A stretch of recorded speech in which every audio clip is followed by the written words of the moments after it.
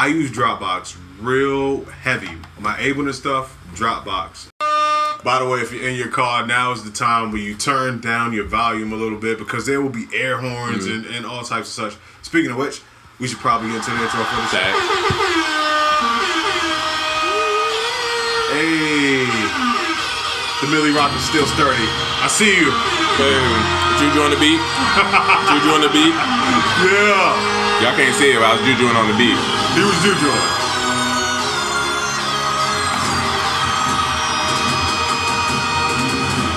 Jujuing on and off the beat. What's up, bro? How was your week? It was cool, man. I got a subject for y'all. This is a friendly reminder, guys. Oh, you just gonna start? I'm just gonna go right off with it. Friendly reminder, guys. Back up your computer today. Oh yeah. Friendly reminder. Back up your computer today. That's how I'm starting it off because I had a fortunate time in 2014 where I broke my computer and my hard drive went out in the same month. So I lost a month's worth of beats. And ironically, I had to recall the files for something and they need to know if it's a sample and what sample I used. And guess what? It comes from that same month. And remember, I had this problem before? Yep, the same month. I do. You put the 911 call out. Dog, they're all from the same one. He said audio and video aren't synced. So yeah, guys, back up your stuff, man. Yeah. And make sure y'all collect all, whatever that save is that saves everything, do that. Well, now you're talking Ableton stuff. Well, no, other programs don't do that? I don't know. I don't think so. We might be living that Ableton privilege. Well, if you can do that, collect all and save. Because you never know when you had to pull up a 4-year-old beat that you didn't think you were ever going to have to pull up again and find out what sample you used. You got to put all your files in your session, man. Yeah, cold world, no blanket out here, dog. Go back to my Dropbox rant. That's why I use Dropbox the way I do, just for such situations. You know, dog, you don't know struggle until you got to go through 5,000 samples and all your sounds, all you hear is bloop, doop, wait, bloop. I feel bad because I want to ask you the inevitable question. I think I know the answer. Did you ever find it? No. Still I haven't found it. So when I get home tonight, you're just going to see me. I'm just Friday night? That's what's popping? Just going through sounds until I find this one sample. That sucks. I use Dropbox real heavy. My Ableton stuff, Dropbox. Any of my business stuff, graphics, any of that stuff, Dropbox. That's what y'all need to do. Facts. I got 10 styles. They all want trap. I don't know about that, bro. I don't think everybody in the world wants trap beats. Don't. I think you're just in a place where you're hanging out with the trap people at. It's like with those girls and they say, I only find dogs and men that aren't good, but you only go to one club that's real hood and 5 people got shot in the parking lot and you trying to find men. Yep. It's a big chance of, you kind of going to the wrong spots. Best men in the produce section. Man, you go to Whole Foods. Come on, ladies. Come on. Get somebody grabbing up some organic apples or something. You know what I mean? Lentils is good for you, bro. My thing is this. There is somebody in your business or your niche that is the type of person you want. There's a group of those people. You have to find out where those groups of people are. And stop hanging out where the people you don't want are. Facts. No, it's niches for everything, dog. If you're into like the Dilla style, the lo-fi, it's people who love that. Yeah. And it's a market for it. Dog, okay, here we go. There are artists on SoundCloud that rhyme over the type of beats that you make. Find those artists. Mm-hmm. Find them on Instagram. Find them on Twitter. Follow them. Do you know on Instagram when you follow somebody, there's a pull down menu that suggests a whole bunch of people like this person that you can follow. Mm-hmm. You can find these people and specifically talk to these people. That's very fact. I mean, am I oversimplifying it? No, and then I think people think that you got to go to the most popular. Most of the time, the stuff that's niche probably makes more money. When you're trying to chase everything that everybody else is, and I mean, not to get into the Kanye rant, I'm sure we're going to say that, but Kanye's famous for doing the things that everybody else is not doing. That's what he built his career on. If everybody's doing this, I'm going to do this. Yeah. So I'm not surprised by what's going on. I mean, it's a smart tactic. Do I agree with it? Hell no. But smart tactic. So what I'm saying is, if everybody's doing trap, you don't have to do trap. Just find the dopest in your niche that you're trying to do and do that. And it don't take many people to be successful. You could, 1,000 true fans? You could make a whole career off 1,000 fans. That's where I was going too. Like, no matter what you're doing, you could find that audience.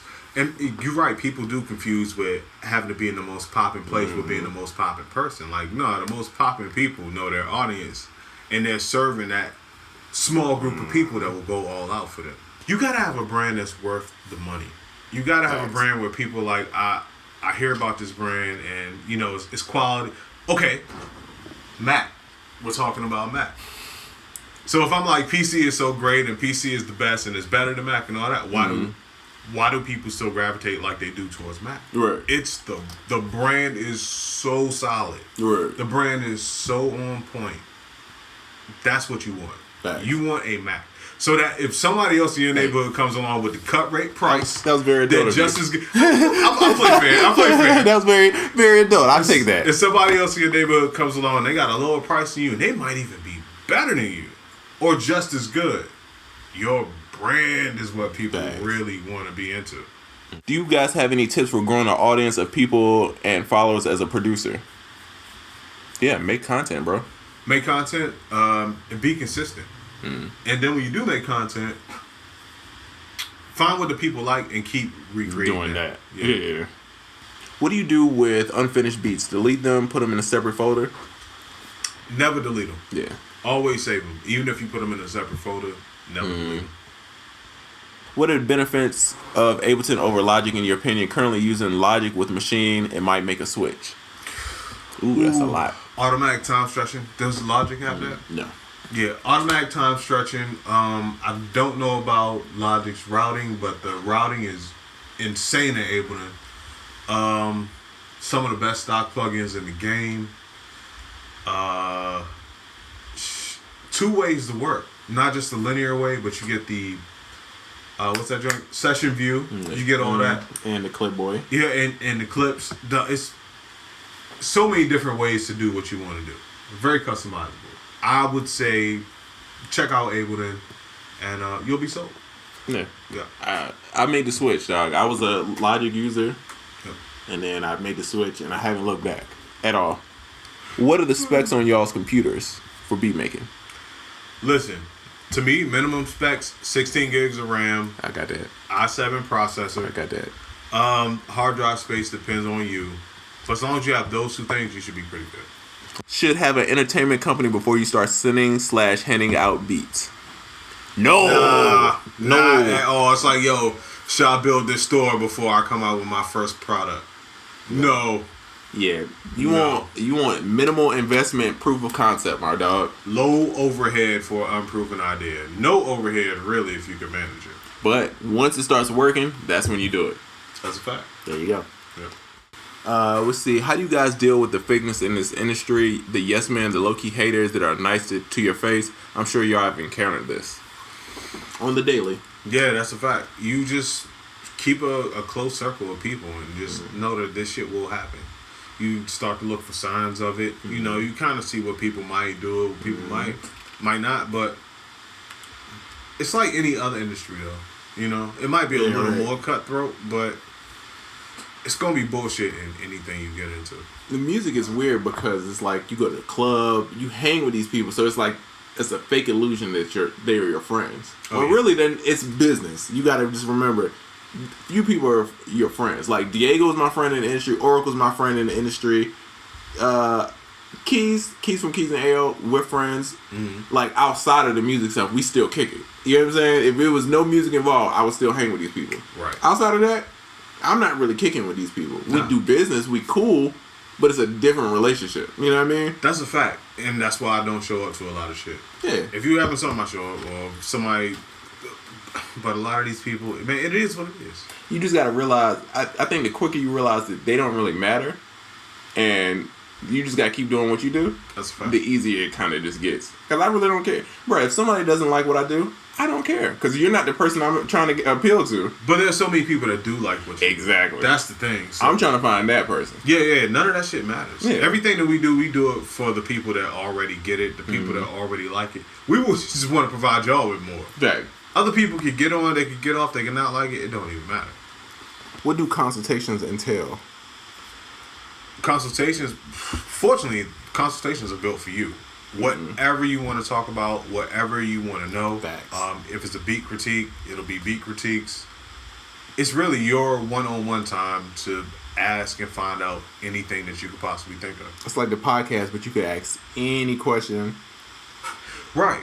The difference between a podcast, well, this podcast where we answer questions, and the consultations is because sometimes in a podcast, somebody will ask a question and it'll be pertaining to your situation, but in a consultation, it's specifically tailored to your exact situation. Like, you're like, yo, I got 2 kids, I only work from 10 to whatever, I only got this much time.